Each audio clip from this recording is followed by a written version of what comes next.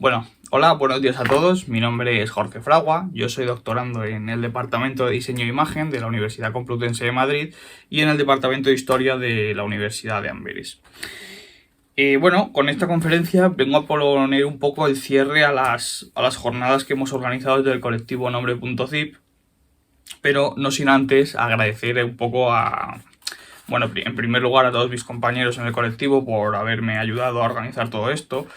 Especialmente a Daniel San Román, que es el que ha llevado el peso de toda la parte gráfica, y también a las instituciones que de alguna forma han decidido apoyar el proyecto, como el Departamento de Diseño e Imagen de la Universidad Complutense de Madrid, el Departamento de Historia de la Universidad de Amberes, el Seminario de Estudios del Renacimiento de la Universidad Autónoma de Barcelona, y luego las instituciones públicas como el Museo de Artes Decorativas aquí en Madrid, el Museo Plantin Moretus en Amberes y el Departamento de Paleografía y Diplomática de la Universidad Autónoma de Madrid. Bueno, como digo, pues este es el cierre, ya se acaba esto de las jornadas. Y lo voy a cerrar con una conferencia titulada Tomás Maldonado, Intrusismo como metodología de diseño, ¿vale? Bueno, voy a tratar de exponer la importancia del enfoque interdisciplinar, un poco principalmente en diseño, pero también evidentemente en historia, no tanto para señalar la carencia como lo que yo creo que es una oportunidad, ¿no? Utilizaré para esto la figura de Tomás Maldonado y su teoría como uno de los referentes para un poco plantear el enfoque que hemos intentado llevar aquí en las jornadas, ¿no? Me gustaría plantear cómo los diseñadores desarrollan sus metodologías desde un punto de vista principalmente práctico y siempre muy ligado a una idea de identidad personal, ¿no? Señalar cómo una práctica con un objetivo presuntamente social es paradójicamente bastante individualista en su aproximación, y esto afecta la forma de entender, pues entre otras cosas, los objetos impresos, ¿no? En este caso. Bueno, una vez hecho esto, pretendo señalar brevemente las ventajas de sumar una metodología teórica a la aproximación práctica a los objetos, ¿vale? Este cierre, igual que las conferencias en general, tienen varios objetivos. En primer lugar, recalcar de nuevo la necesidad de un enfoque teórico en el diseño, señalar brevemente lo que yo creo que como diseñadores nos puede alejar de él, y bueno, principalmente invitar de nuevo a la colaboración, ¿vale? Entre diferentes campos, los que sean, para continuar desarrollándolos, ¿no? ¿A qué me refiero entonces con la forma de entender las diferentes formas de entender el objeto impreso? Pues me refiero a que la forma de entenderlo varía dependiendo del método desde el que te aproximas a él. En el apartado estético, esta variación de enfoque dificulta la comprensión del objeto. Es la carencia teórica en diseño en favor de un método práctico que es individual lo que impide su desarrollo y evolución. Redundar en el método histórico hace, por otra parte, imposible valorarlo, por ejemplo, en términos gráficos. La carencia y la redundancia tienen como resultado la limitación, y en ambos casos se tiende a caer en la temida subjetividad. Y en ambos casos se cae en la repetición del método. Repetición técnica, por un lado, para producir, y repetición descriptiva, por otro lado, para identificar. Esta repetición la que, desde mi punto de vista, perpetúa el método, que alcanza el carácter de inevitable para los que participan de ambas disciplinas, excluyéndoles en favor del proceso histórico. Es en el método y su repetición donde se encuentra el límite y, paradójicamente, también la posibilidad de innovación, siendo este, según entiendo yo, el objetivo de cualquier trabajo práctico o teórico, ¿no? Comenzaré señalando, por lo tanto, la paradoja entre el individualismo y la intención social de toda metodología práctica. Maldonado utiliza la obra de Daniel Defoe para describir al hombre relacionando al diseñador con el Robinson moderno. El tema, dirá Maldonado, es el de la capacidad del hombre para proyectar. Es la capacidad de proyectar o proyectualizar la condición para la metodología práctica del diseñador, que excluye la capacidad reflexiva. La capacidad reflexiva es la condición para establecer cualquier tipo de juicio estético y, paradójicamente, también la condición para escapar a la subjetividad que es inherente al juicio estético. es la innovación práctica del diseño carente de un método teórico. La pérdida del referente se vincula exclusivamente a la identidad del diseñador y la satisfacción de un deseo. En diseño, por lo tanto, la innovación no responde a un reclamo social, sino a una satisfacción personal. Nada está más allá de la propia experiencia y ante la falta de un referente para innovar hay que recurrir a la necesidad propia.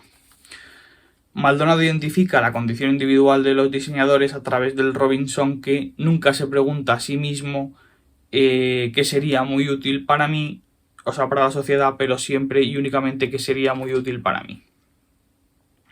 Es de esta condición individual, que está mediada por la cultura, de la que necesariamente parte cualquier proceso de producción cuando se carece de una metodología teórica que permita ubicar la evolución y el desarrollo histórico del objeto en cuestión.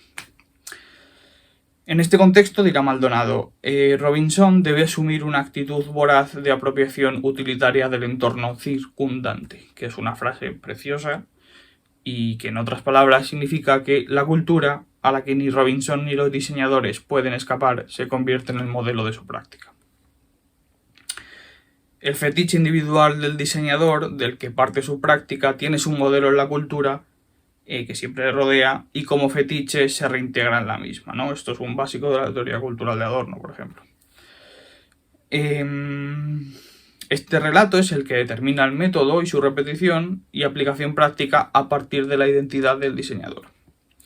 Esta identidad creativa de voraz apropiación utilitaria se convierte en su aproximación a cualquier objeto, siendo desde ese momento repetición e identidad y por tanto ideología. Dirá Maldonado. El hombre, condenado a la soledad de su propia casa, condenado a producir y comunicar por medio de aparatos utilizando datos y mensajes elaborados en otra parte, y que él puede únicamente reelaborar siguiendo unas reglas del juego definidas en otra parte. En tal contexto, la individualización del sujeto aparece como una ficción, una forma todavía más perversa de desindividualización, porque la única individualización deseable es, digámoslo de una vez, la que acaba en la emancipación del individuo. Es decir, el diseñador, condenado a la individualidad de un método que le es ajeno pero que asume como parte de su identidad, únicamente podrá producir a partir de ese método.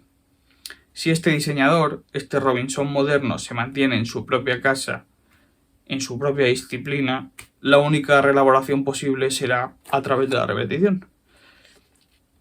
La ficción de un método propio está limitada por la propia individualidad del sujeto y su método del que únicamente podrá escapar, en palabras de Maldonado, saliendo de su propia casa. Del juicio individual no se puede ir a universal, eso nos dice la estética idealista kantiana. Sin embargo, en la legitimación ideológica de la existencia, lo individual se convierte en universal a través de la cultura.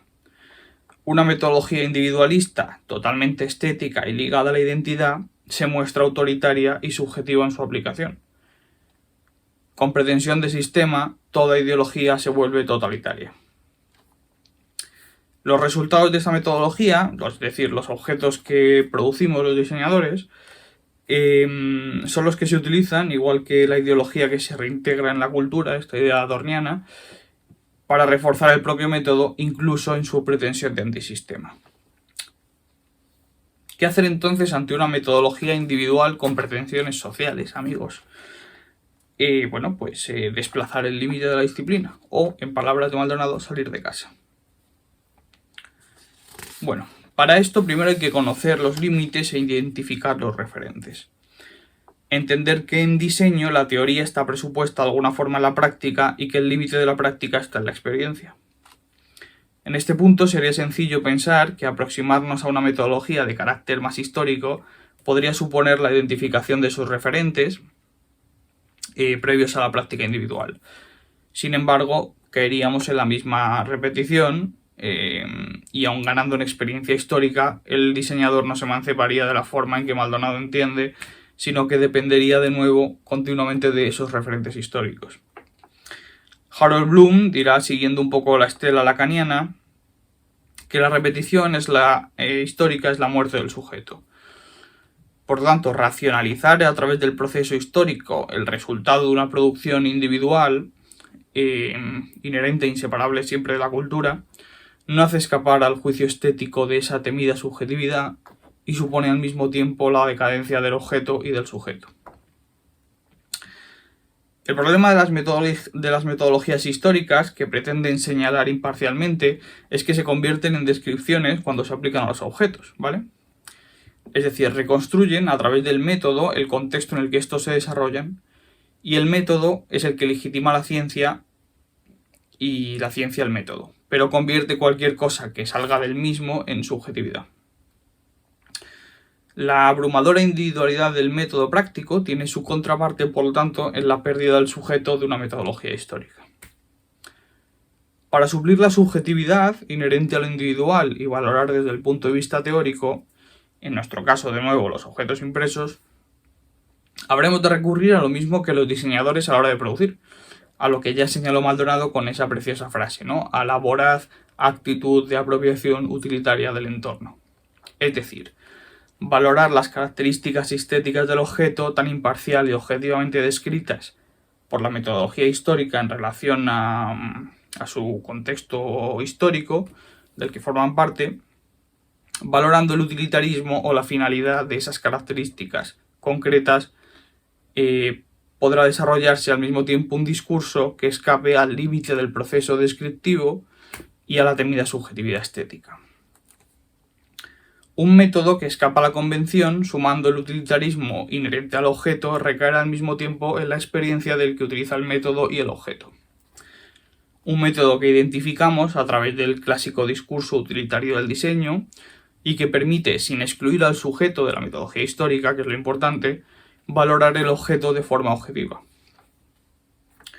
De la misma forma, sumar estas metodologías y aplicarlas simplemente de forma práctica llevaría cierto anacronismo. Yo creo que a cualquier diseñador aquí le servirá el ejemplo de William Morris, ¿no? Y su recuperación de las formas medievales que rápidamente se convirtieron en un fetiche para una cierta clase económicamente más elevada.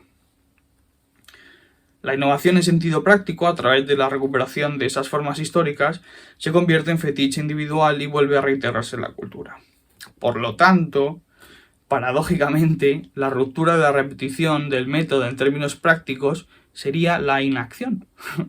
La importancia de sumar un método teórico no productivo o utilitario a una disciplina práctica es precisamente que aporta la condición social que su práctica individual le niega.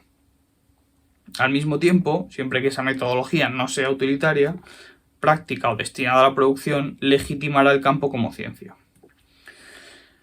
Las objeciones que se darán a cualquier intento de teoría en una disciplina práctica también fueron señaladas por Maldonado de forma muy acertada, aunque sí que es verdad que él lo hizo más en relación con el movimiento de arte concreto del que formaba parte, con las siguientes palabras, ¿no?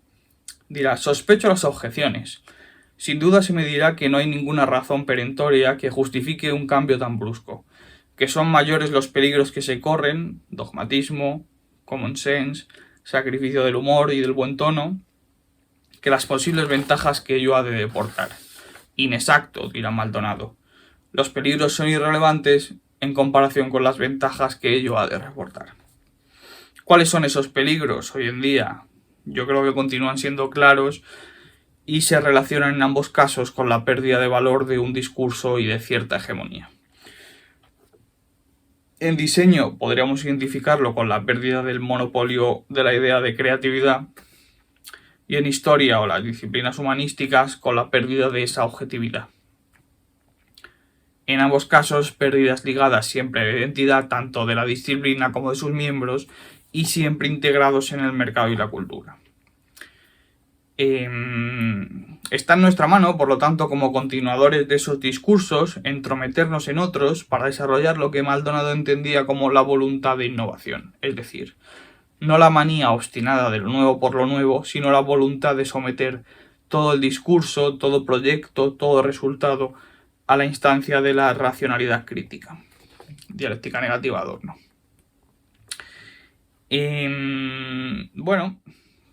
Clausuraré estas jornadas un poco de la misma forma que las empezamos, en palabras de Adorno precisamente, ¿no?